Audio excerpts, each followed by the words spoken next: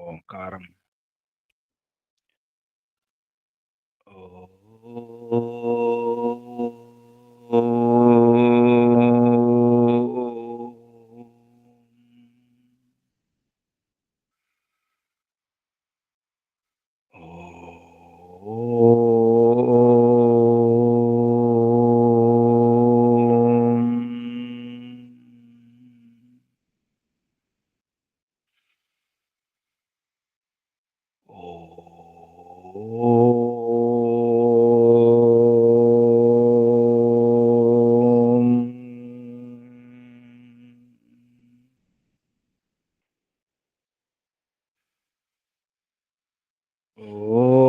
ఓం యోగే యోగే తవస్తరం వాజే వాజే హవామహే సఖాయ ఇంద్రమూతయే సఖాయ ఇంద్రమూతయే ఓం తస్మాద్ యజ్ఞాత్ సర్వహుత రిచః సామాని జజ్ఞిరే ఛందాంసి జజ్ఞిరే తస్మాద్ యజుస్తస్మాదజాయత తస్మాద్ యజుస్తస్మాదజాయత ఓం యస్మాద్ రిచో అపాతక్షన్ యజుర్యస్మాదపాకషన్ సామాని యస్య లోమాన్యథర్వాంగిరసో ముఖం స్కంభం తం బ్రూహి కథమస్విదేవ సః స్కంభం తం బ్రూహి కథమస్విదేవ సః ఓం బృహస్పతే ప్రథమం వాచో అగ్రం ప్రైరత నామధేయం దధానాః యదేషాం శ్రేష్టం యదరిప్రమాసీత్ ప్రేణా తదేషాం నిహితం గుహావిః ప్రేణా తదేషాం నిహితం గుహావిః ఓం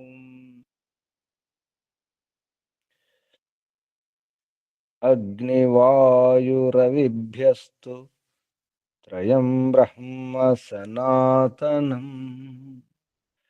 దుదోహ యజ్ఞసిద్ధ్యర్థం ఋగ్యజుస్సామలక్షణం దుదోహ యజ్ఞసిద్ధ్యర్థం ఋగ్యజుస్సామలక్షణం ఋగ్యజుస్సామలక్షణం ఓం శాంతి శాంతి శాంతి ओम परमपिता परमात्मा ओम। ओम रक्षका ओम सर्वरक्षका ओम सदा रक्षका सर्वदा रक्षका ओम सत्य रक्षका नित्य रक्षका सर्वत्र रक्षका ओम सर्वतः रक्षका सर्वधा रक्षका सर्वथा रक्षका शाश्वत रक्षका परम रक्षका जगद रक्षका विश्व रक्षका ओम शाश्वत पिता शाश्वत माता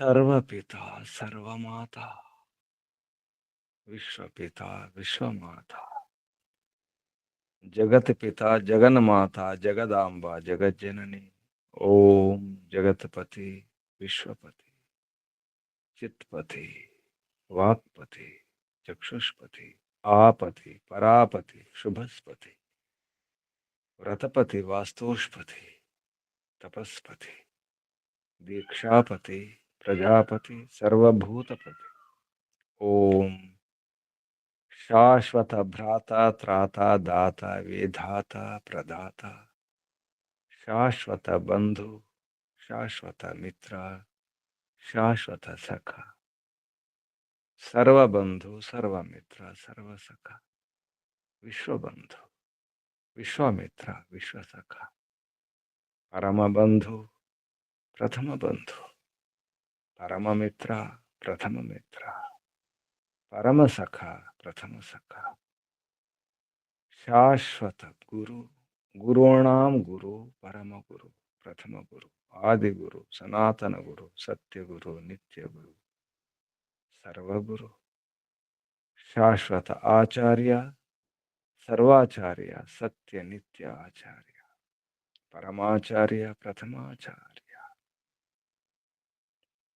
शाश्वत स्वामी सर्वस्वामी सत्य नित्य स्वामी शाश्वत राजा राजाधिराजा महाराजा ओम स्वराट स्वयंराट विराट विश्वराट अनंतराट ब्रह्मराट बहुराट महराट पूर्णराट सर्वराट ओम शाश्वत न्यायाधीश अर्यमा ओम सदाधारा सर्वदाधारा जगदाधारा विश्वाधारा ओम ईश्वरा परमेश्वरा सर्वेश्वरा विश्वेश्वरा जगदीश्वरा ओम ईशा परेशा सर्वेशा विश्वेशा जगदीशा सर्वभूतेशा ओम सर्वांतर्यामिन् सर्वभूतांतरात्मन् परमात्मन् परब्रह्मन् ओम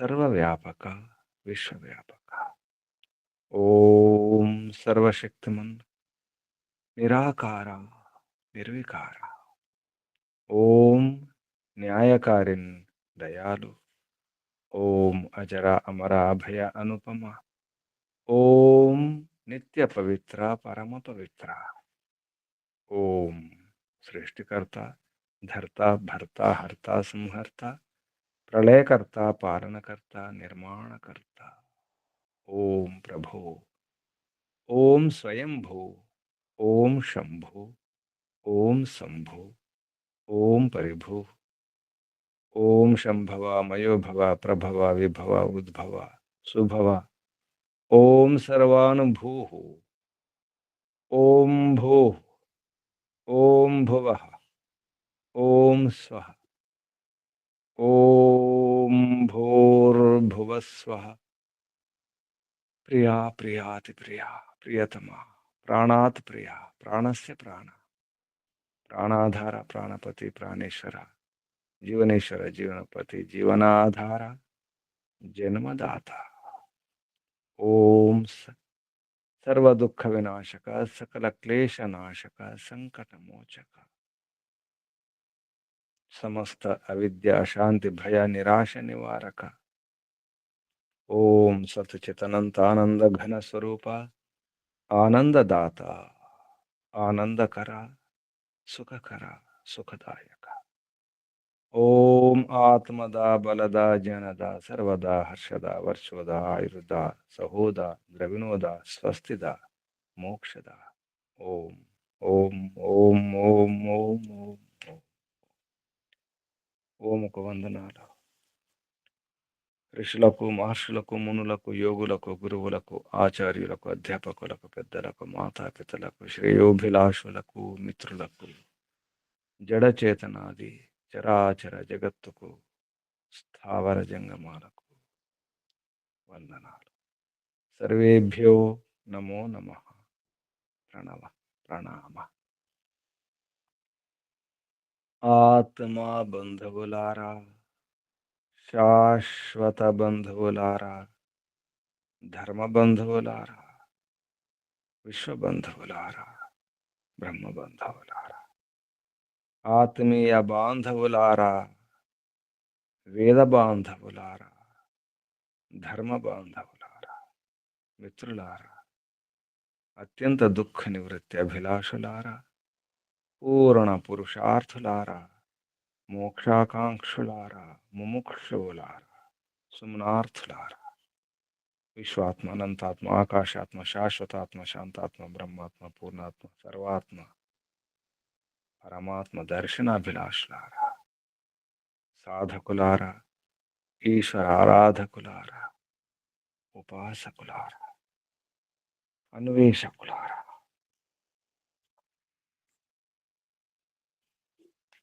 జిజ్ఞాసులారా, సరిగా భోగించాలి, మంచిగా భోగించాలి, సుఖాలను మంచి సుఖాలను భోగించాలి. అందరూ సుఖంగా ఉండాలి. అందరూ సుఖంగా ఉండాలంటే బుద్ధిని శుద్ధి చేసుకోవాలి. బుద్ధి శుద్ధి కాకుండా సరైన సుఖం లభించదు. ఎందుకంటే విచక్షణ అవసరం, వివేకం అవసరం. విచక్షణతో వివేకంతో నిర్ణయాలు తీసుకోవడం అవసరం. సరైన నిర్ణయాలు లేకపోతే సుఖాలు లభించవు. సరైన సుఖాలు లభించవు. మంచి సుఖాలు అందరూ అనుభవించాలి, అన్ని రకాల సుఖాలను. సుఖం పేరుతో దుఃఖాలు కాదు. అందుకే బుద్ధిని శుద్ధి చేసే వరకు ఉండాలి. బుద్ధి శుద్ధి అవసరం. బుద్ధిని శుద్ధి చేసే మార్గదర్శకులు, గురువులు, విద్వాంసులు, ఆచార్యులు అవసరం. వారు కూడా శుద్ధంగా ఉండాలి. వారు కూడా బాగా అధ్యయనం చేసిన వారే ఉండాలి. వేదాధ్యయనం చేసిన వారు, అధ్యయనం చేస్తూ చేయించేవారు, అధ్యయనం అధ్యాపనం చేసి సరైన ఉపదేశాలు ఇచ్చేవారు ఉండాలి. వారు అటువంటి వారు ఉండాలంటే అటువంటి రాజ్యం ఉండాలి, అటువంటి రాజు ఉండాలి. రాజు కూడా వేదాధ్యయనం చేసిన వాడైనటువంటి విద్వాంసులై ఉండాలి. రాజు సభాపతి. అప్పుడు ఇదంతా అర్థమవుతుంది. రాజు కేతపూ, కేతం సంకేతం, బుద్ధి, పునీతం, కేతమును పునీతం చేసేవాడు ఉండాలి. సరైన జ్ఞానం ఉండాలి. అప్పుడు ఇదంతా సాధ్యమవుతుంది. అటువంటి రాజే గంధర్వుడు అవుతాడు.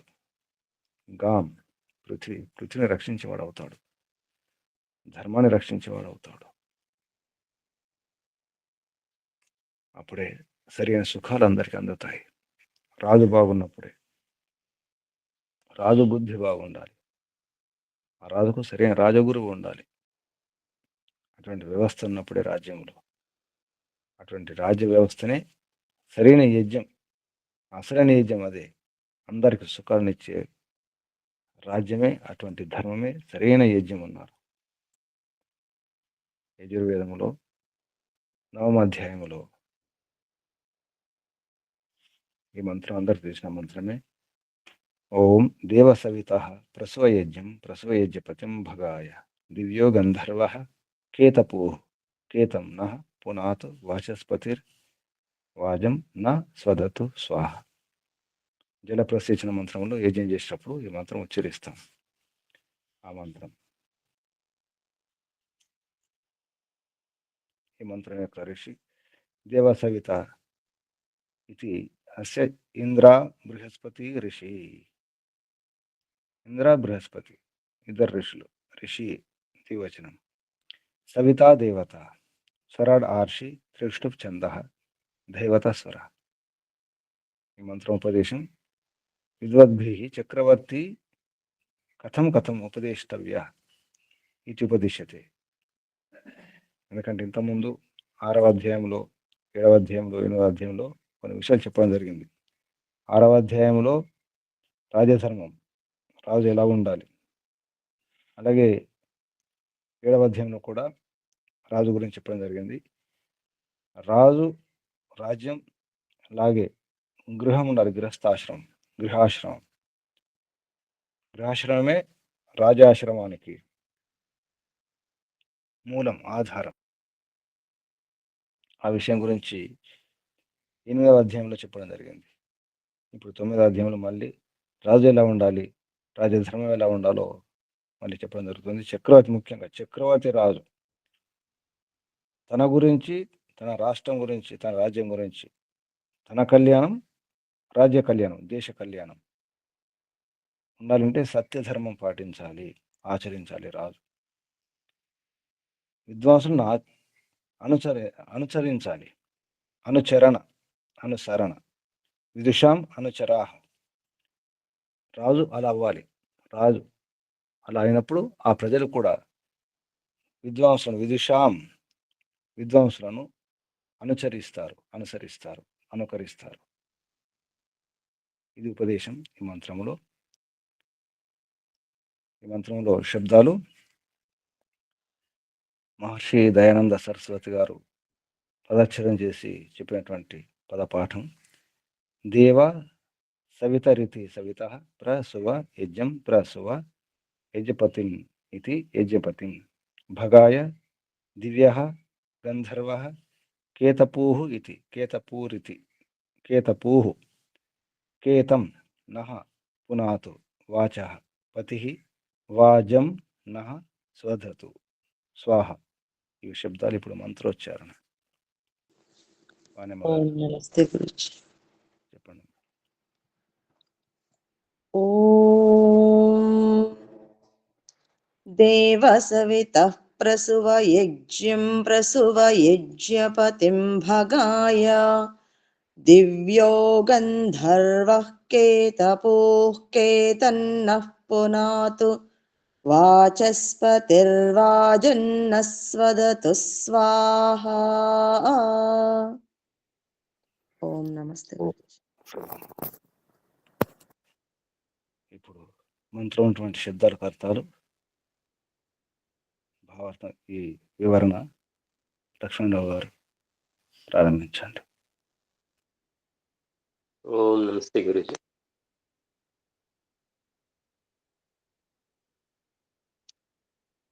ప్రార్థన.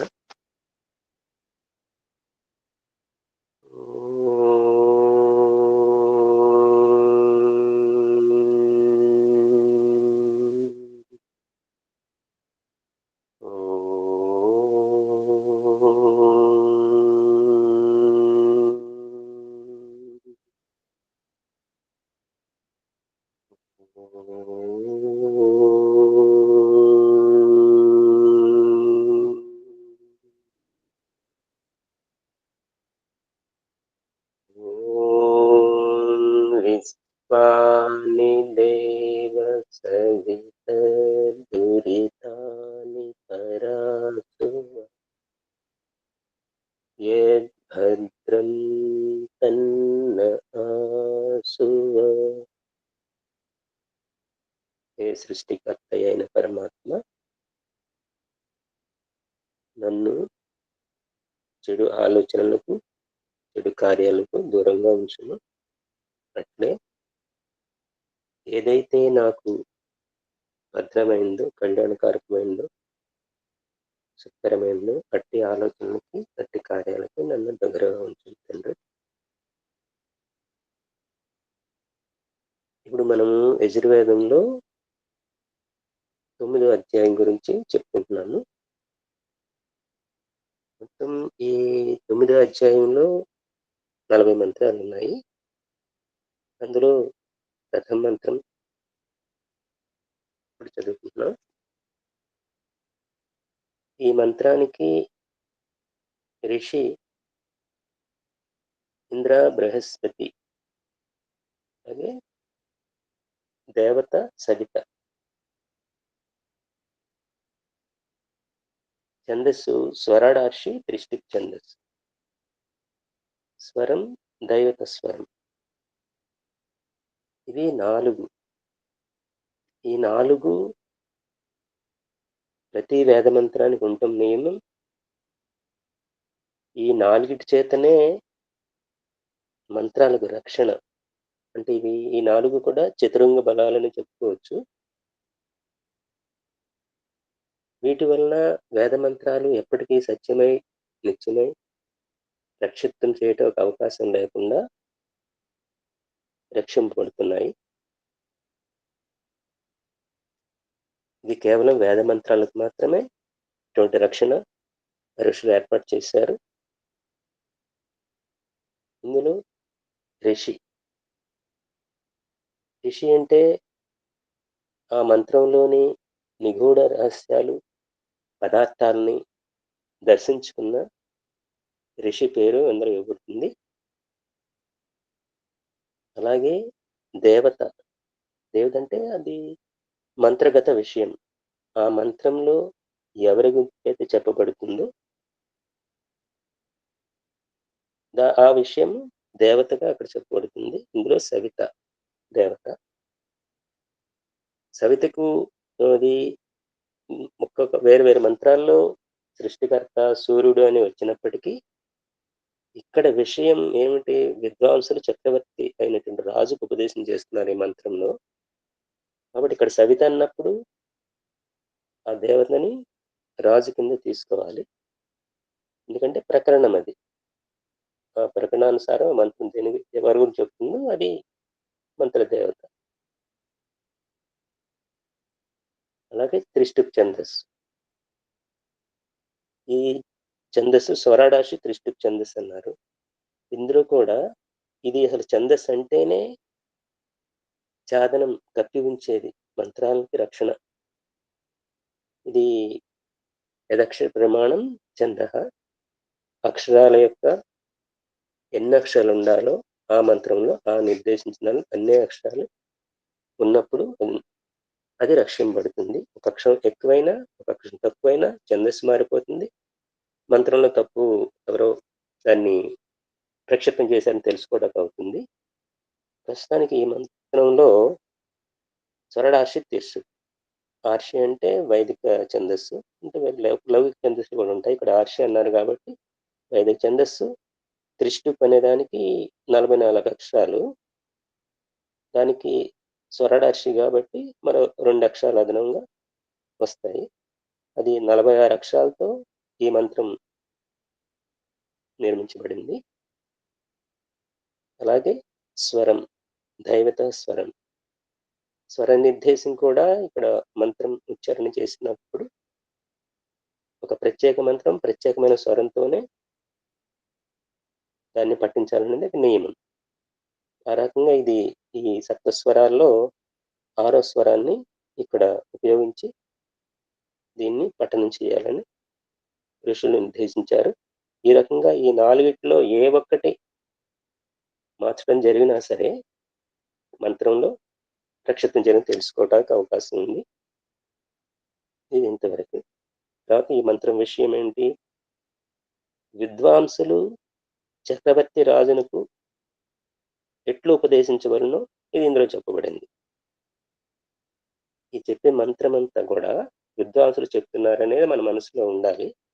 ఎవరికి చెప్తున్నారు, రాజుకి. ఆ విషయాలంటే చూస్తాం.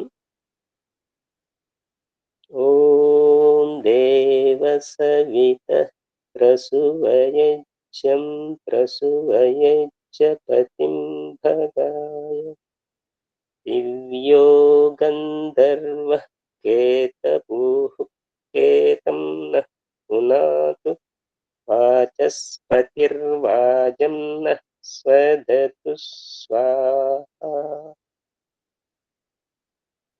ఇంతవరకు. ఇప్పుడు ఇందులో పద విభాగం. దీనిని కూడా ఋషులు ఒకటి మంత్రాన్ని పద విభాగం చేయటం, ఆ తర్వాత దానికి ఆ విభాగం చేసిన తర్వాతని వాటికి పదార్థాలు, అలాగే పదాలకి అన్వయం, భావార్థం, ఇలా 4 రకాలుగా వీటిని తయారు చేయడం జరిగింది. ఈ అన్వయం అనేది ఏంటంటే, సంస్కృతం యొక్క గొప్పతనం ఏంటంటే, ముందు వెనుగల పదాలు ఇటు అటు మార్చినప్పటికీ అర్థం మారకుండా ఉంటుంది.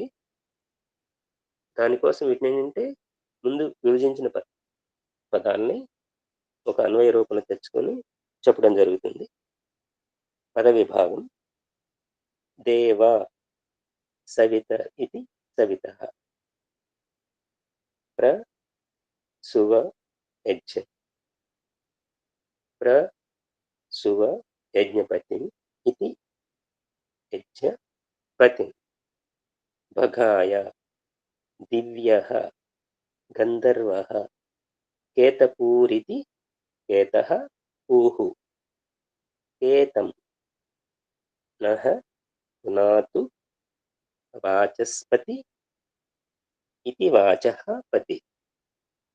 వాజం నః స్వదతు స్వాహా. ఇది పద విభాగము. ఈ మంత్రం మనకు యజ్ఞం చేసే వాళ్ళందరికీ సుపరిచితమే. జల ప్రసేచనంలో 4 దిక్కుల యజ్ఞం, జలం సేచనం చేసినప్పుడు 4వ వైపు చేసేటప్పుడు ఆ దక్షిణ వైపు ఈ మంత్రాన్ని పఠిస్తాం. ఈ మంత్రం యజుర్వేదంలో 3 చోట్ల కనిపిస్తుంది. మంత్రంలో ఏమాత్రం మార్పు ఉండదు. ఇదే మంత్రం. ఈ 9వ అధ్యాయం 1వ మంత్రమే కాకుండా 11వ అధ్యాయం 7వ మంత్రం, అలాగే 30వ అధ్యాయంలో ప్రథమ మంత్రంగా ఈ మంత్రం కనిపిస్తుంది. ఇప్పుడు పదార్థం గురించి చెప్తున్నాం.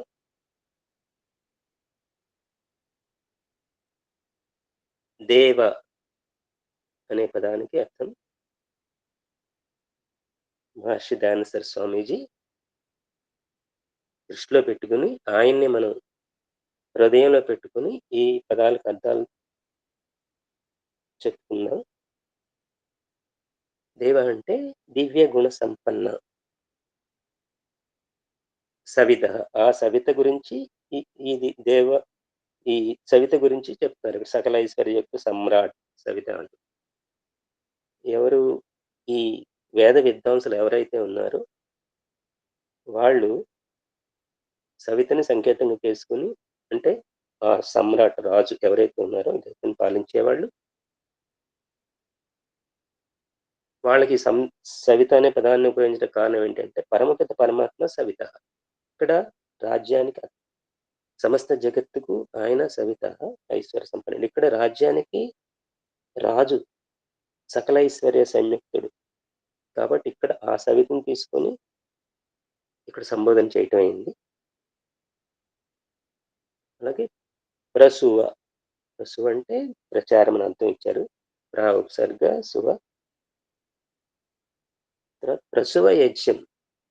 యజ్ఞం అంటే ఇక్కడ రాజు రాజ్యం అనే విషయం కాబట్టి మనం ఇతర పంచమహాయజ్ఞాల యజ్ఞం అని కాకుండా యజ్ఞమే శ్రేష్టం కర్మ. కానీ ఇక్కడ యజ్ఞం ఏమిటంటే రాజధర్మం. రాజు ఏ ధర్మాన్ని పాలన చేయాలో ఆ రాజధర్మం అనే దానికి యజ్ఞం అని ఇచ్చారు. రాజుకు శ్రేష్టతమం కర్మ ఏమిటంటే రాజధర్మాన్ని ప్రచార ప్రసారాలు చేసి దాన్ని పాలింపజేయటమే యజ్ఞం. కాబట్టి ఇక్కడ యజ్ఞం దానికి రాజధర్మం అని తీసుకోవాలని ఇచ్చారు. అలాగే ఈ యజ్ఞం అంటే సర్వేషాం సుఖజనకం రాజధర్మం. సర్వేషాం అనేది షష్ఠీ విభక్తి బహువచనం ఉంది. ఈ సమస్త జనులకు సౌఖ్యాలు సమకూర్చటాన్ని రాజధర్మం అందరూ అనేది ఈ యజ్ఞం ద్వారా మనం తెలుసుకోవాలి. అలాగే మరలా రెండోసారి ప్రసూవ, ఒకసారిగా సువ వచ్చింది. ఇక్కడ ముందు ఇచ్చిన ప్రసూవకి ప్రచారం అన్నారు, రెండోసారి చేసిన ప్రసూవకి ప్రేరణ నిమ్ము. ఎవరికి ప్రేరణ ఇవ్వాలనేది ఇక్కడ యజ్ఞపతిం, రాజధర్మ పాలకం,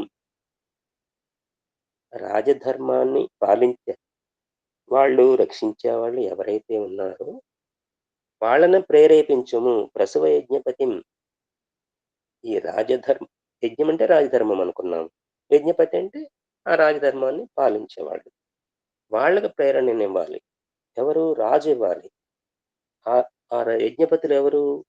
రాజు, రాజులోని రాజ్యంలోని సభాసదులు, ఇతర ఉద్యోగులు కూడా, రాజోద్యోగులు అందరూ కూడా ఈ రాజధర్మాన్ని రక్షించటం కోసం రాజు ప్రేరేపించవలసిన వాడైంది.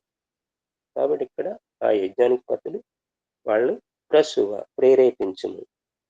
ఎందుకు ప్రేరేపించాలి అనే విషయం తర్వాత వస్తుంది. భగాయ, భగాయ అంటే సమగ్ర ఐశ్వర్యాయ, సమస్త ఐశ్వర్యం కొరకు వీళ్ళందరూ కూడా ఈ రాజధర్మాన్ని ఆచరించాలి. దేశంలో రాజుతో పాటు ఇతర ఆ వ్యవస్థను కాపాడే వాళ్ళందరూ కూడా సరిగ్గా చేసినప్పుడు మాత్రమే ఆ దేశంలో ఐశ్వర్యం పెంపొందుతుంది. కాబట్టి ఆ ఐశ్వర్యం, ఆ భగాయ ఐశ్వర్యం కోసం వాళ్ళు రాజధర్మాన్ని పాటించాలి. తర్వాత దివ్య, దివ్య అంటే ప్రకాశమానేషు క్షత్రగుణేషు భవ అని మహర్షి ఇచ్చారు. ఇందులో ప్రకాశమానేషు అంటే ఈ సప్తమి బహువచనం. క్షత్రగుణేషు భవ, క్షత్రగుణం ఎవరికి? రాజు. రాజుకి యొక్క గుణం ఏదై ఉండాలి? క్షత్రంతో దేశ రక్షణ చేయాలి, ప్రజల రక్షణ చేయాలి. అలాంటి ఈ రాజు సర్వ ప్రజలకు తన క్షత్రగుణంతో వారిని స్థితం చేసేవాడై ఉండాలి. వాళ్లకు సుఖ సంతోషాలు ఇస్తూ మంచి పాలన చేసేటటువంటి దివ్య గుణ సంపన్నుడై ఉండాలి రాజు. గంధర్వ అనే పదం ఒకటి వచ్చింది. ఈ గంధర్వ అనేది గాం, పృథివీం, ధరతీతి, వృషోదరాదిన గో శబ్దస్య గంభావ. గాం అంటే గోవు అనే పదం ఉంది. అలాగే గాంకి పృథ్వీ అనే కూడా మరొక అర్థం ఉంది. గోవు, పృథివీ. ఇక్కడ గంధర్వ అనే ఎందుకు తీసుకున్నారు అనేదానికి ఆ శబ్దాన్ని ఉపయోగించడం కారణం ఏంటంటే వృషోదరాదిన గోశబ్దస్య గంభావ, గోవు యొక్క ఆ ఉదరంలో ఎంతో సంపద ఉంది. ఆ సంపద వలన ప్రజలు దాన్ని ఉపయోగించుకొని లబ్ధి పొందుతారు. అదేవిధంగా పృథ్వీ కూడా, పృథ్వీ ఉదరం, గో ఉదరం ఎలాగైతే ఉందో పృథ్వీ ఉదరంలో కూడా ఖనిజ సంపద ఎంతో ఉంది. ఆ ఖనిజ సంపదని తీసుకొని ఈ ఐశ్వర్యవంతులు కావాలి. కాబట్టి అంత ఐశ్వర్యం ఉన్నటువంటి సంపద ఉన్నటువంటి పృథివీకి ధరతీకి ధరించినవాడా, పాలించినవాడా, దానికి పృథివీకి శాసకుడైనటువంటి ఓ రాజా అని ఇక్కడ సంబోధన చేస్తున్నారు. తర్వాత కేతపూహు కేతం పునాతు, దీనికి ఏం చెప్తున్నారు? యహ కేతం ప్రజ్ఞాం పునాతి పవిత్రీకరోతి సహ కేతం ప్రజ్ఞాం. కేతమితి ప్రజ్ఞానాం, ప్రజ్ఞానామసు పఠితం. కేతం అంటే ఇక్కడ ప్రజ్ఞ అనే అర్థం తీసుకోమని నిఘంటు ఆధారంగా చెప్పారు. ఈ కేతంని ఏం చేయాలంటున్నారు? యః కేతం ప్రజ్ఞాం పునాతి. ఎట్లయితే ఈ కేతం అంటే ప్రజ్ఞ అంటే బుద్ధి. బుద్ధిని పవిత్రం చేయాలి. ప్రజ్ఞాం పునాతి పవిత్ర కరోతి. బుద్ధి పవిత్రంగా ఉన్నప్పుడు రాజ్యంలో రాజశాసకులు అంటే ఈ రాజు తర్వాత ఇతర ఉద్యోగులందరూ కూడా దోషం చేయటానికి అవకాశం లేదంటే అక్రమార్జనలు గాని ఇలాంటివి చేయటానికి అవకాశం లేదు. అలా చేయకుండా చూసుకోవాల్సిన బాధ్యత రాజుగారిది. కాబట్టి ఇక్కడ ఏది పవిత్రంగా ఉండాలి? వారి యొక్క అకేతమనే బుద్ధి పవిత్రంగా ఉండాలి. ఆ పవిత్రత చేయవలసింది రాజే చేయాలని విద్వాంసులు చెప్తున్నారు. రాజుకి సంకేతం ఇస్తున్నారు. నః అస్మాకం ప్రజా రాజ పురుషాణం. ఇక్కడ మా యొక్క ఈ ప్రజలు ఆ ప్రజలను పాలించే రాజపురుషులు, ఈ రాజోద్యోగులు అనుకున్నాం కదా, వీళ్ళందరూ కూడా పునాతు సుంధంతు అంటే వారి బుద్ధుల్ని సుంధంతు శుద్ధి చేయము. అంటే వాళ్ళ బుద్ధులు మంచిగా ఉండాలి. ప్రజలకు మేలు కలుగజేసే విధంగా ప్రజలను పీడించకుండా ఉండాలంటే ముందు రాజోద్యోగులు శుద్ధులై ఉండాలి. వాళ్ళని చేయవలసిన బాధ్యత సుందంత ఎవరు? రాజే చేయాలి వారిని ఆ విధంగా. తర్వాత వాచస్పతి. ఇక్కడ వాచస్పతి అంటే 4 గుణాలు ఇచ్చారు. ఏమిటి? అధ్యయనం, అధ్యాపనం, ఉపదేశం, వాణ్యాః ఉపదేశైర్వాణ్యాః పాలకః. ఈ పాలకుడిలో ఏమేమి ఉండాలి? అధ్యయనం అంటే వేదాధ్యయనం, అధ్యాపనం అంటే వేదాలు అధ్యాపనం చేయించడం, గురుకులాలు స్థాపించడం, ఉపదేశైర్వాణ్యాః ఈ రకంగా తన వాణి ద్వారా ఉపదేశాలు చేయటం. అంటే రాజు కూడా వేదాధ్యయనం చేసిన వాడై ఉండాలి. చేస్తూ అలాగే ప్రజలకి వేద విద్య ఆ విద్యాదానం చేయటం ఇలాంటివి రాజు విద్యా రక్షకుడై ఉండాలి. సభాపతులు కూడా అలాగే ఉండాలి అనేది రాజు గురించి ఈ వాచస్పతి అనే పదాన్ని వాడటానికి ఇక్కడ కారణం అది. తర్వాత వాజం. వాచం అంటే అన్నము. నః అస్మాకం స్వదతు మా కోసం అన్నమును ఈ ముందే భగాయి అంటే ప్రజలకు కావలసినటువంటి ఆహార పదార్థాలు వాటన్నిటిని వాళ్ళకి భుజింపు చేసేట్టు రాజు చేయాలి. అది కూడా సత్యవాణి ద్వారా లభించినట్టు అన్నం. అన్నానికి పవిత్రంగా ఉండాలంటే అది నిజాయితీతో సత్యంతో సంపాదించినటువంటి పదార్థం అయి ఉండాలి. అప్పుడే దానిని అనుభవించడానికి అర్హత ఉంటుంది. కాబట్టి అటువంటి అన్నాన్ని మమ్మల్ని అనుభవం చేయమనేటువంటి ఈ మంత్రాల యొక్క అర్థాల ద్వారా వచ్చింది. తర్వాత అదే విషయం అన్వయం. హే దేవ సవిత త్వం భగాయ స్వాహ యజ్ఞం ప్రసువ యజ్ఞపతిం ప్రసువ యతో దివ్యో గంధర్వః కేతపూ వాచస్పతిః ప్రజా రాజజనః స్వాహ నః కేతం పునాతు నః స్వాహ వాజం స్వదతు. ఇందులో ఇక్కడ స్వాహ అన్న చోట వేద విద్య అని ఇందులో ఇచ్చారు. వేదవాచ స్వాహ అంటే వేదవాచ వేదవాణి. ఆ వేదవాణి ద్వారా అందరికీ ఉపదేశం చేసి ఈ రాజు యొక్క ఇందులో ప్రతిదీ కూడా రాజుని ఒక స్థితి లాంటి పదాలు ఇవన్నీ. యజ్ఞపతి, దివ్య, గంధర్వ, ఇవన్నీ కూడా రాజు యొక్క స్థితి సందేశాలు. ఇది అన్వయం, ఒక ఆర్డర్లో పెట్టుకున్నది అన్వయం ఆ పదాలను. తర్వాత భావార్థం.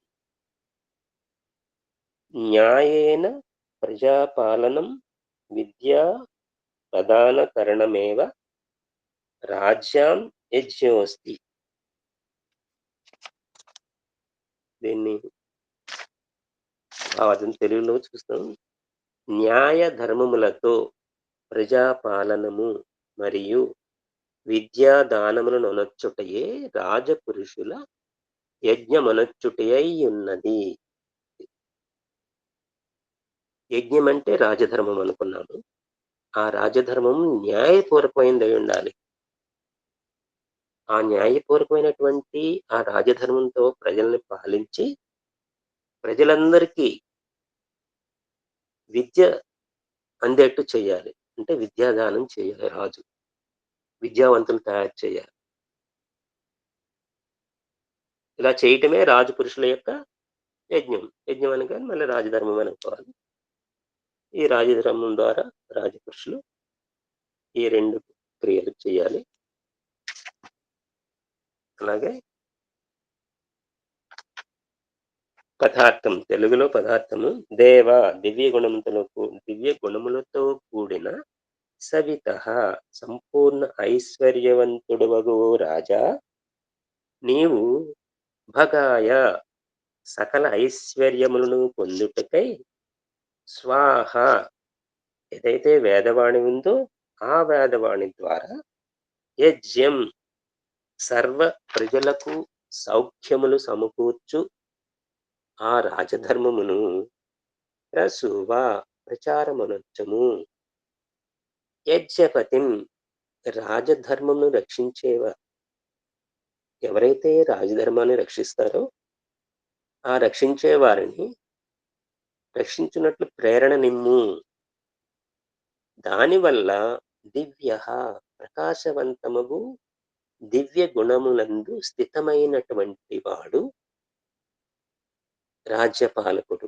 ఎవరు? గంధర్వ, పృథివిని దారుణమునచ్చి బుద్ధిని శుద్ధపరచువాడు. అటువంటి ప్రభు వాచస్పతి, అధ్యయనం అధ్యాపన ఉపదేశముల ద్వారా విద్యారక్షకుడు, సభాపతి అయి ఉన్నటువంటి ఈ రాజపురుషుడు రాజు మా కేతం, మా యొక్క కేతం అంటే ఇక్కడ బుద్ధిని అనుకున్నాము, మా బుద్ధిని శుద్ధపరచుగాక, మా యొక్క మా అన్నమును సత్యవాణితో స్వదత్తు చక్కగా అనుభవించగలిగాం. అది నహ నహ అనగా మా యొక్క కేతం, మా యొక్క బుద్ధిని పునాతు, శుద్ధిపరచుము. ఇది మంత్రం యొక్క పదార్థము. భావార్థం చెప్పుకున్నాం. ఇందులో మంత్రం యొక్క పూర్తి సారాంశము వేద విద్వాంసులు రాజుకు చెప్తున్నారు. వేదానుకున్నటువంటి రాజధర్మమును రాజుకు ఉపదేశించాలి. పూర్వ వైదిక కాలంలో రాజ ఆస్థానంలో రాజు గురువులు ఉండేవాళ్ళు. వారు చెప్పిన విధంగా రాజు రాజ్య పాలన చేసేవాళ్ళు. కాబట్టి ఇందులో రాజుకు చేసే ఉపదేశం ఈ మంత్రం చెప్తున్నారు. రాజు ఏం చేయాలి? రాజు ఏమో సభాసదులకు చెప్పాలి. ఆ సభాసదులు ఏం చేయాలి? ప్రజలకు, రాజోద్యోగులకు ఉపదేశించాలి.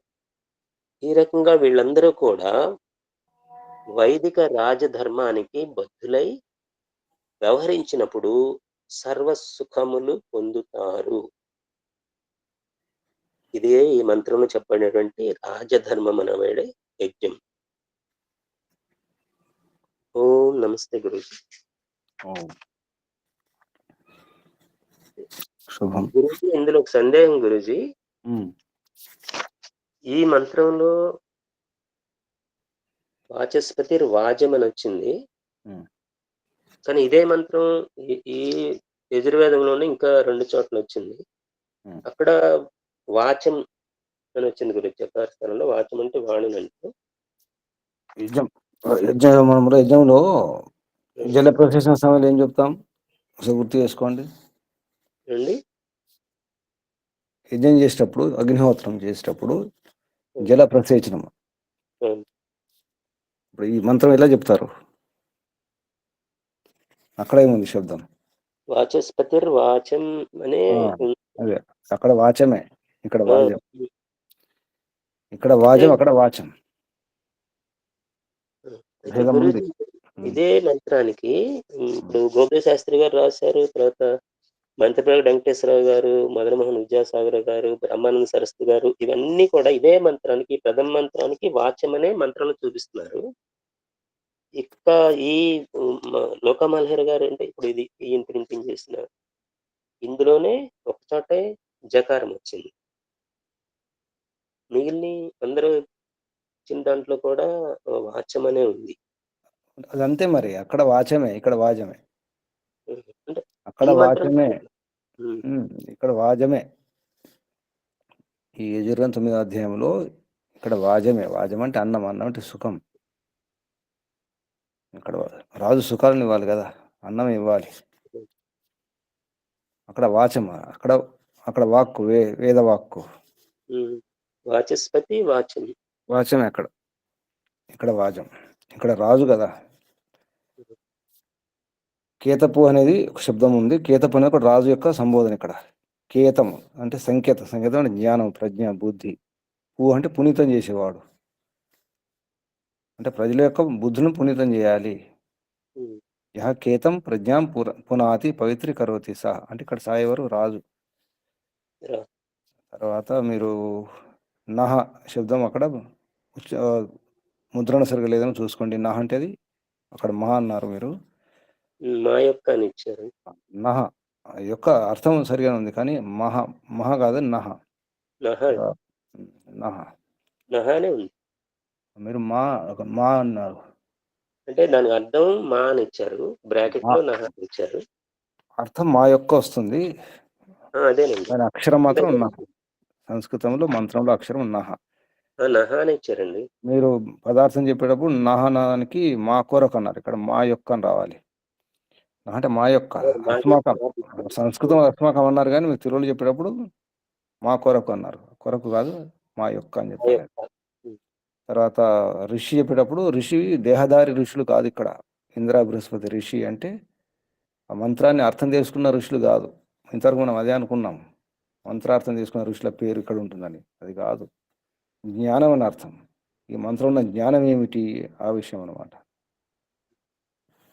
దేహదారులైనటువంటి ఋషులు కాదు. ఇక్కడ ఋషి అయితే ఉంటుందో మంత్రపైన ఋషి, దేవత, ఛందస్సు, స్వరం. ఈ ఋషులు దేహదారులు కాదు. అది గుర్తుంచుకోండి. ఈ ఇంద్ర బృహస్పతి దీనికి అర్థం ఉంటుంది. అంటే భగవంతుని నామాలు వస్తే లేకపోతే ఈ మంత్రంలో ఉన్నటువంటి జ్ఞానం ఏమిటో జ్ఞానం గురించి వస్తుందన్నమాట. ఋషి అంటే రీగతవు. అది. అంటే ఇంతవరకు మనకు తెలిసింది అదే. అంటే మంత్రార్థాలు దర్శించిన వారు అని అనుకుని అదే అనుకుని చెప్తాం మనం. అది కాదు. దేహదారులు కాదు. అయితే గురూజీ ఇప్పుడు ఇక్కడ ఇంద్ర, బృహస్పతి ఋషి ఇచ్చారంటే హ్మ్. ఇది లోపల బగాయి అని ఒకటుంది. హ్మ్. కాబట్టి దానికి ఈ ఇంద్ర అనేది అలాగే వాచస్పతి అనేది బృహస్పతి. ఆ రకంగా ఇది అక్కడ పెట్టారంటారా ఋషి? ఆ! ఈ రెండే వస్తాయి ఇందులో కూడా. ఇంద్ర, బృహస్పతి, ఋషులు. ఋషులు అంటే ఇక్కడ ఈ రెంటికి సంబంధించినటువంటి జ్ఞానం ఉందన్నమాట. అదే విషయం. ఇంద్రుడు అంటే మళ్ళీ ఐశ్వర్యవంతుడు, రాజు. బృహస్పతి అంటే విద్వాంసుడు అవుతాడు. గురువు అవుతాడు. వేద రక్షకుడు పతి. బృహ అంటే వేదం. వేదాన్ని రక్షించేవాడు పతి బృహస్పతి. హ్మ్. ఇక్కడ వాచం వచ్చింది కదా! ఈ రెండే ఉన్నాయి ఈ మంత్రంలో కూడా. అంటే కాబట్టి సరిపోయింది ఇక్కడ. విద్వాంసులు ఉపదేశిస్తున్నారు కదా రాజు. హ్మ్. ఆ! అంటే జ్ఞానం. ఈ మంత్రంలో జ్ఞానం ఏమిటంటే ఇంద్రుని గురించి, బృహస్పతి గురించి ఉంది అని అర్థం. దేవత విషయం అది. సవిత హ్మ్. శబ్దం కూడా అంటే ఇది దేవత సామాన్యంగా ఈ మంత్రం శబ్దాలు కూడా ఉంటాయి సంబంధం. ఈ మంత్రంలో దేవ సవిత శబ్దం ఉంది, అందుకే దేవత సవిత తీసుకున్నారు. అంటే ఐశ్వర్యవంతం, ఐశ్వర్యం కలగాలి అనే ఉద్దేశంతో. అయితే ఛందస్సు చెప్పేటప్పుడు కేవలం అక్షరాలు మాత్రం కాదు, బాగా గుర్తుంచుకోండి. మంత్రంలో కేవలం అక్షరాల గురించి చెప్తే ఇంత ఛందస్సు గురించి చెప్పాల్సిన అవసరం లేదు. ఈ మంత్రం ఇన్ని అక్షరాలు అంటే రక్షణ కొరకే ఈ మంత్రం ఇన్ని అక్షరాలు, కానీ అసలు రహస్యం వేరుంది. పండిత యుధిష్ఠిర మీమాంస గారు చంద మీమాంస ఈ ఛందస్సు గురించి రాశారు. మీమాంస స్వర మీమాంస అని రాశారు. దాని ఛందస్సు గురించి కూడా రాశారు. ఛందస్సు గురించి పెద్ద అది ఖగోళ రహస్యం ఉంది. గాయత్రి మంత్రం 24 అక్షరాలు ఉంటాయి. 24 అక్షరాలు కాదు, సూర్యోదయం అయ్యేటప్పుడు ఆ ఉదయం అయ్యేటప్పుడు ఎటువంటి వాతావరణం ఉంటుంది, అటువంటి పెద్ద రహస్యం ఉంది ఛందస్సు అంటే. అందుకే వేదాన్ని కూడా ఛందస్సు అంటారు. ఛందస్సీ బహుళం, అష్టాదశ సూత్రాలు వస్తాయి ఛందస్సీ బహుళం, ఛందస్సీ బహుళం అని. అంటే వేదములో అని అర్థం వస్తుంది ఛందస్సు అంటే. ఇక్కడ ఈ ఛందస్సు మంత్రపైన ఛందస్సు అనేది వేద మంత్రాలు అక్షరాలు కూడా ఉంటాయి, కానీ అక్షరాలు ముఖ్యం కాదు. మంత్ర రక్షణకు ఈ మంత్ర ఛందస్సు కాకుండా సృష్టి రక్షణ కూడా ఉంటుంది. అంటే సృష్టిని ఎలా రక్షిస్తున్నాడు భగవంతుడు, ఈ గ్రహ నక్షత్రం ఎలా తిరుగుతాయి, అప్పుడు ఏం జరుగుతుంది, వాతావరణ మార్పులు ఎలా వస్తాయి అనే విషయం కూడా ఉంటుంది ఛందస్సులో. అది పెద్ద విద్య మళ్ళీ. ఈ విషయాలు అయితే బాగా చక్కగా ప్రయత్నం చేశారు. లక్ష్మణ వారికి అభినందనాలు. ఇలాగ ప్రయత్నం చేయండి. ఈ పదార్థం శబ్దార్థం చెప్పేటప్పుడు మొత్తం మనం అర్థం చెప్పాల్సిన అవసరం ఉండదు, ఎందుకంటే ఇక్కడ కనెక్షన్ ఉండదు.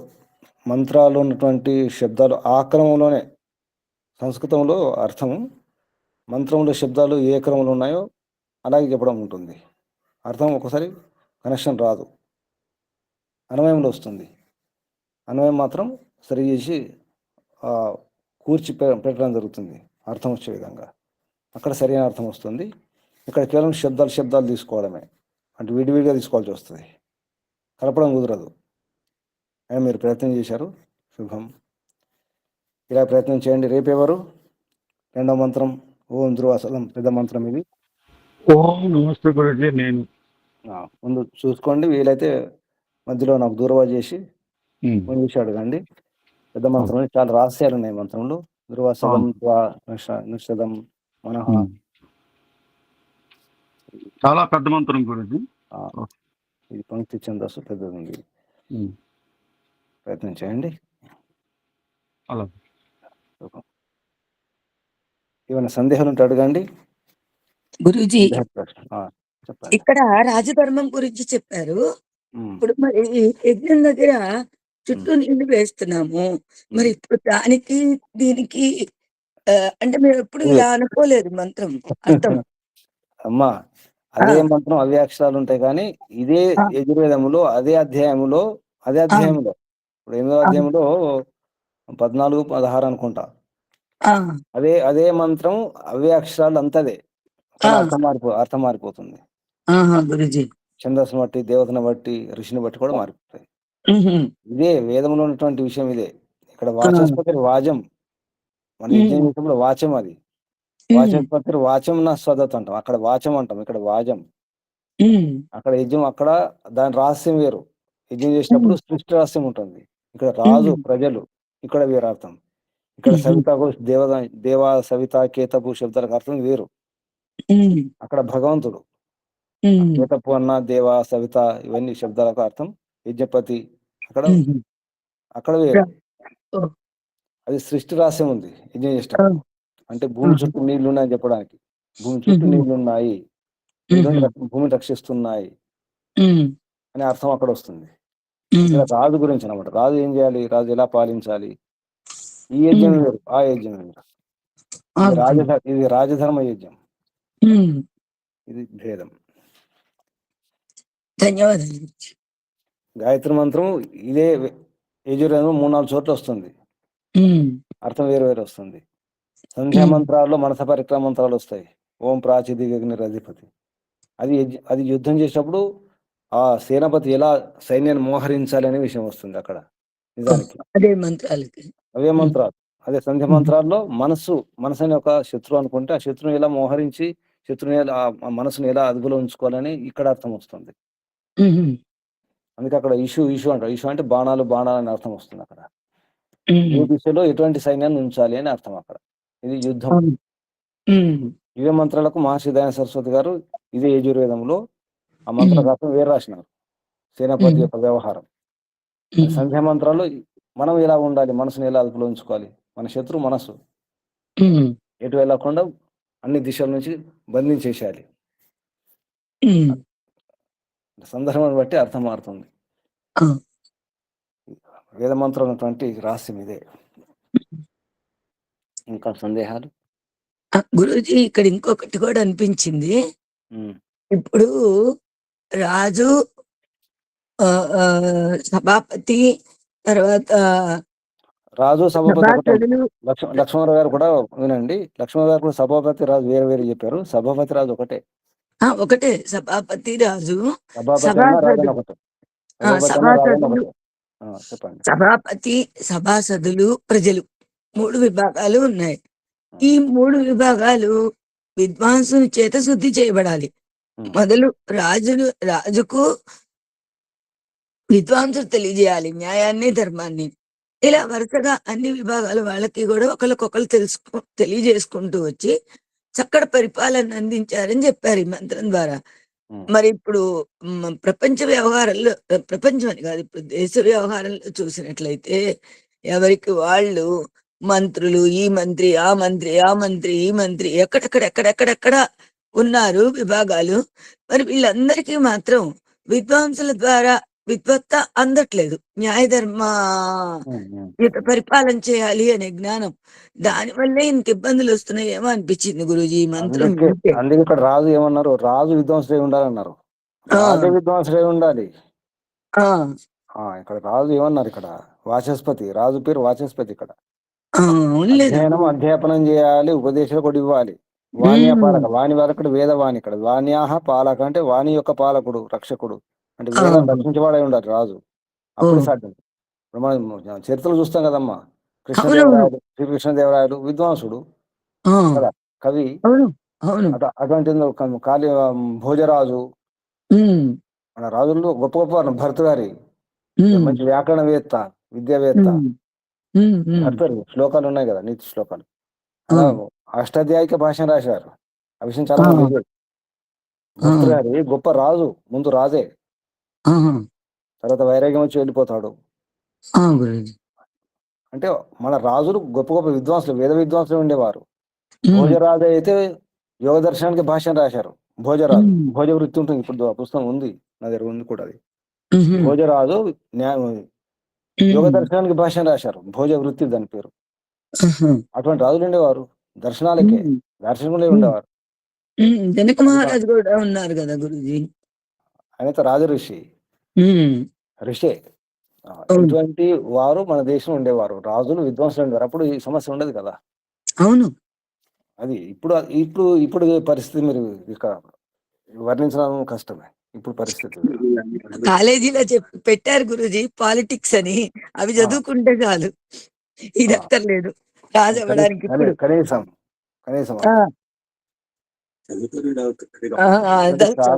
కూడా మంత్రులు అవుతున్నారు కదా గురుజీ, అదే కదా ఇప్పుడు మనకు వచ్చిన ఇబ్బంది.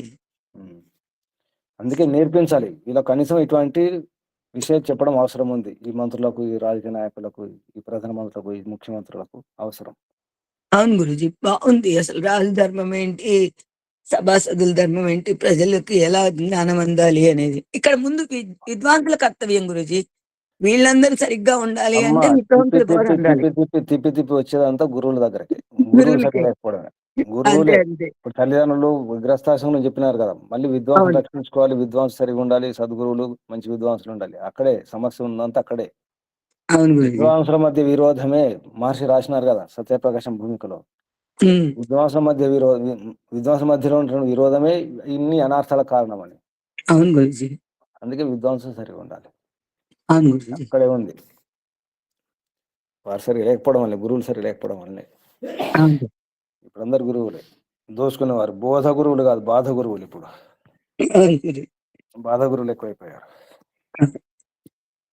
ఇక్కడ శబ్దం గమనించండి, వాచస్పతి వాజం. ఇక్కడ ఇది చేసినప్పుడు వాచస్పతి వాచం అది అక్కడ గుర్తుంచుకోండి. అక్కడ అర్థం వేరు వస్తుంది, ఇక్కడ అర్థం వేరు వస్తుంది. ఇది విషయం. వాజం అన్నం, వాజం అంటే యుద్ధం కూడా. వాజం అంటే అన్నం, సుఖం. వాజం అంటే యుద్ధం, వాజం అంటే శక్తి అని అర్థం కూడా వస్తుంది. వాజీ అంటారు కదా, గుర్రాన్ని వాజీ అంటారు, అంటే శక్తి అని అర్థం. వాజీకరణం అంటే వీర్యాన్ని పెంచేది. ఆయుర్వేదంలో ఒక అధ్యాయం ఉంది వాజీకరణం అనేది. ఆయుర్వేదం కూడా అష్టాంగాలే ఉంటాయి. అష్టాంగ హృదయం పుస్తకం కూడా ఉంది, బాగుపట్టు రాసి ఉంటాయి. అష్టాంగ హృదయం, అష్టాంగ యోగ, అష్టాంగ ఆయుర్వేదం, అందులో ఒక అధ్యాయం వాజీకరణం అంటే శక్తిని, వీర్యం కూడా. ఇక్కడ రాజుకు శక్తి కావాలి, బలం కావాలి. వాజం అంటే యుద్ధం కూడా. ఇక్కడ మరొక అర్థం కూడా తీసుకోవచ్చు, యుద్ధంలో ఎలా ఉండాలని కూడా తీసుకోవచ్చు ఇదే మంత్రంలో. మళ్ళీ యుద్ధం కూడా ఒక యజ్ఞమే. ఇది విషయం. ఇంకా సందేహాలు, ప్రశ్నలు ఇంకెవరైనా?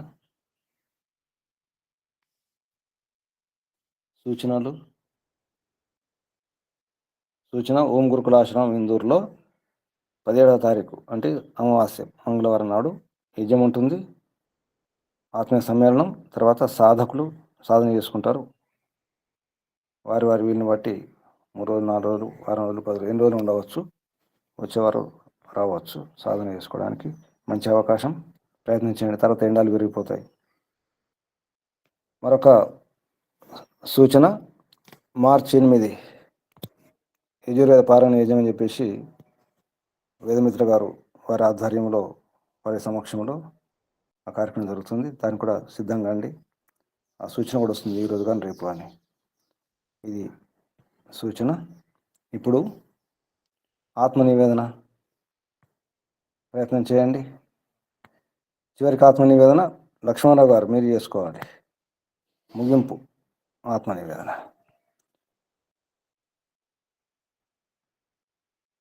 ప్రయత్నం చేయండి. ఆత్మనివేదన విన్నవారు.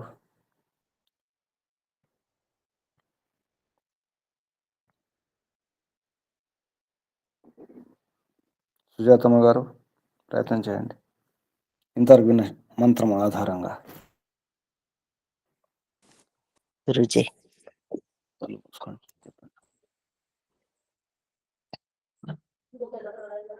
తర్వాత లక్ష్మణరావు గారు ముగింపు ఆత్మనివేదన.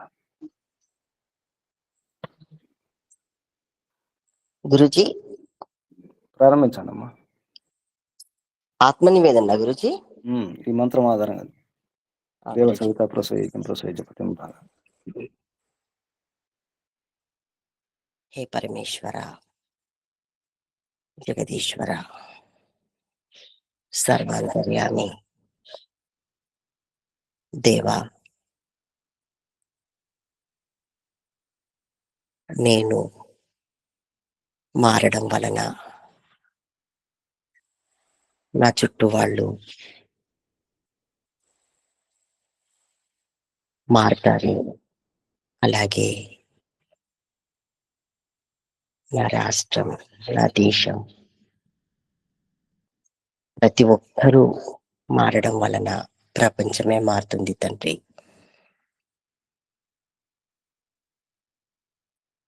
నువ్వు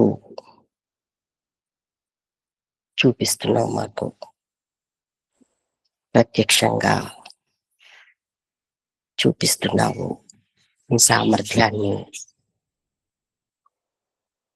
నీ ఈ సృష్టి మహిమ ద్వారా, నీ రచన కౌశల్యం ద్వారా మాకు తెలియజేస్తున్నావు ప్రభు. అలాగే ఒక విద్వాంసుడు ఏ విధంగా తాను పఠింపజేస్తూ ఆచరింపజేస్తూ ఉంటాడో, అలాంటి విద్వాంసుని ద్వారా విద్యని పొందిన రాజు యొక్క పాలన అద్భుతంగా ఉంటుంది తండ్రి. అలాంటి పరమ విద్వాంసుడివి నీవే ప్రభు. నీవు అపారంగా నీ కరుణని, నీ జ్ఞానాన్ని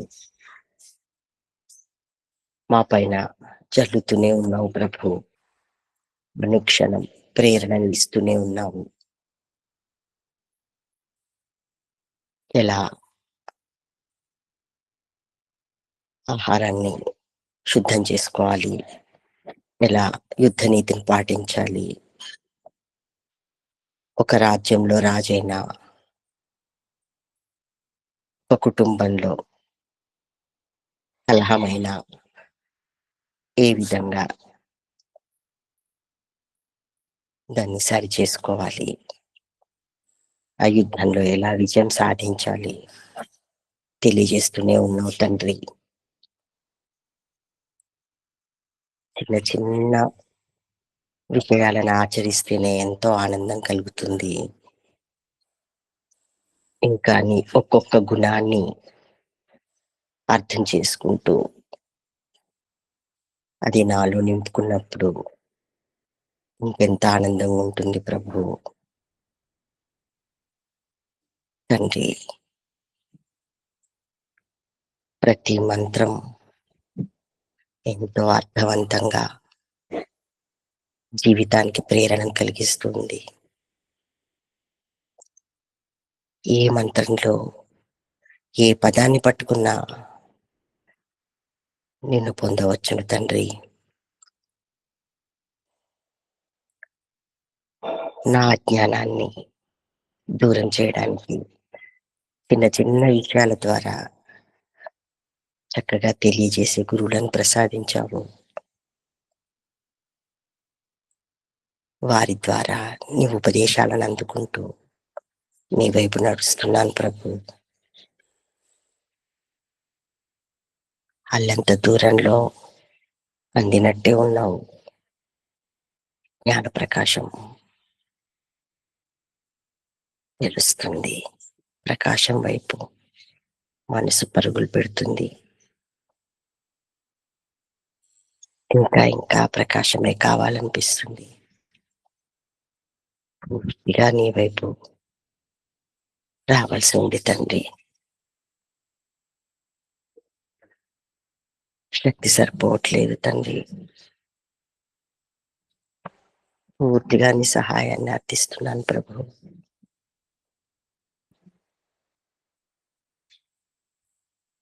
ఈ జీవితం నేను పొందడానికి నిర్ణయం జరిగింది. సాధన లోపాలని తొలగిస్తూ నీ వైపు లాక్కోతండి. ఇంకా ఇంకా ఇంకా ఇంకా నీ వైపు చేరాలి ప్రభు. ఓం శం. నమస్తే గురుజీ. ఓం. ఓం శుభం. లక్ష్మణరావు గారు ప్రారంభించండి.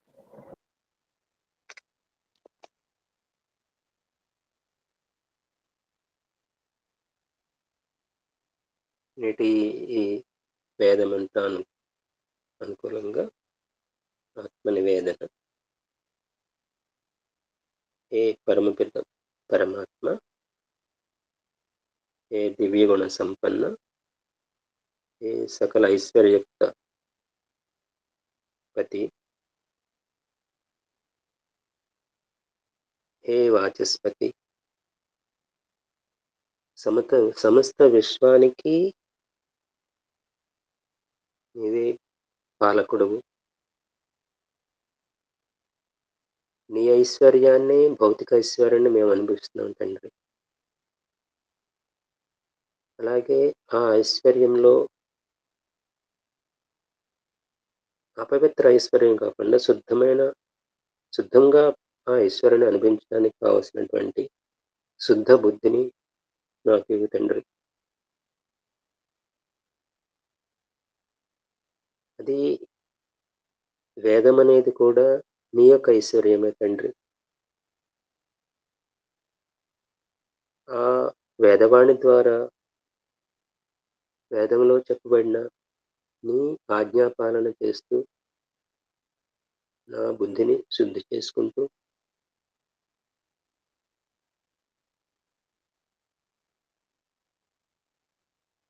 పవిత్రుడిగా ఉంటూ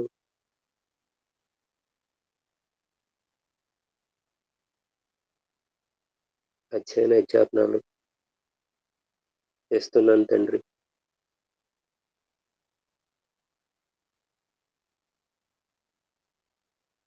ఏ విధంగానైతే నీవు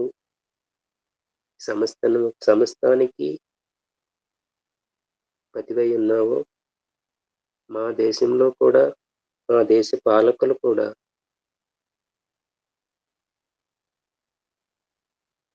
మమ్మల్ని పాలించటానికి కావలసిన రాజధర్మాన్ని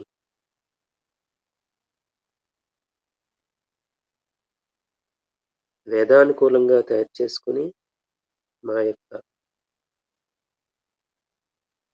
సుఖజీవనం కోసం నీవు ఆదేశించినటువంటి వేదానుకూల రాజధర్మాన్ని మా పాలకులు కూడా పాటించాలి, ప్రచార ప్రసారాలు చేయాలి.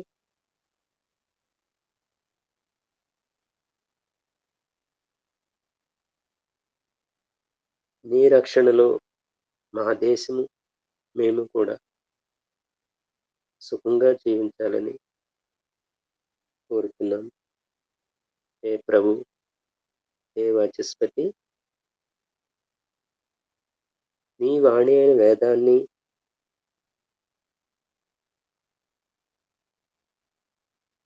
మా ప్రజలకు, సంతానానికి రాజు ద్వారా అందేట్లు చేయాలి తండ్రి. వేదంలో ఏవైతే విధి నిషేధాలు ఉన్నాయో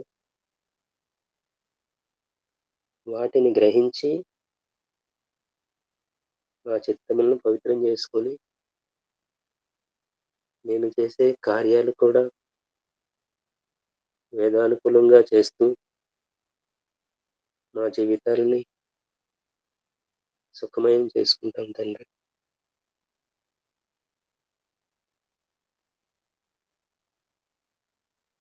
ఈ యొక్క న్యాయపాలన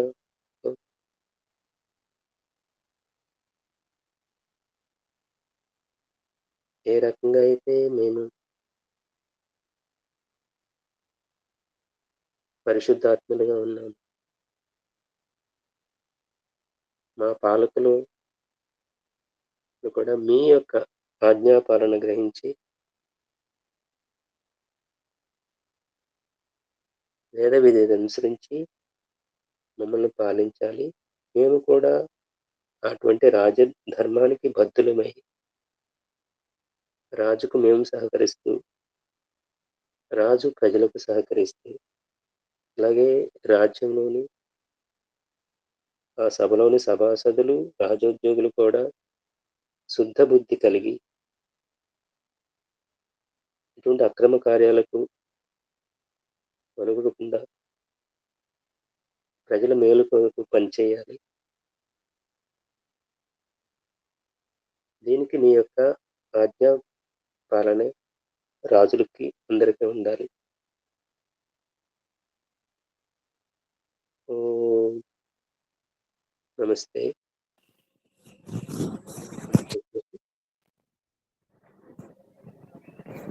ఓం శుభం. అందరికీ అభినందనాలు. పరమిత పరమాత్మకు వందనాలు, ప్రణామాలు. ఋషులకు, మహర్షులకు, మునులకు, యోగులకు, గురువులకు, ఆచార్యులకు, అధ్యాపకులకు, పెద్దలకు, మాతాపితలకు, శ్రేయోభిలాషులకు, మిత్రులకు అందరికీ వందనాలు, ప్రణామాలు. కలియుగ మహర్షి దేవదయానంద సరస్వతి గారికి, వారి గురువు గారు బ్రహ్మర్షి ప్రజ్ఞాచక్షు వ్యాకరణ సూర్య దండి స్వామి విరజానంద సరస్వతి గారికి ధన్యవాదాలు, వందనాలు, ప్రణామాలు సమర్పిస్తూ, బంధులారా మీ అందరికీ వందనాలు, అభినందనాలు. పరమపిత పరమాత్మ శుభాశస్సులు. కళ్ళు మూసుకోండి. నడుము, వీపు, మెడ, తల నిటారు ఉంచుకోండి. ఒకసారి దీర్ఘ శ్వాస.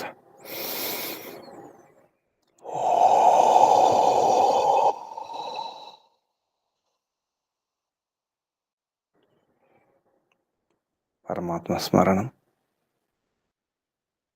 మన ఇల్లు, రాజ్యం సుభిక్షంగా ఉండాలి, అందరికీ సుఖాలు అందాలి, రాజు, ప్రజలు, విద్వాంసులు, గురువులందరూ బాగుండాలి అనే భావనతో ఓంకారం శ్వాస నింపండి. ఓ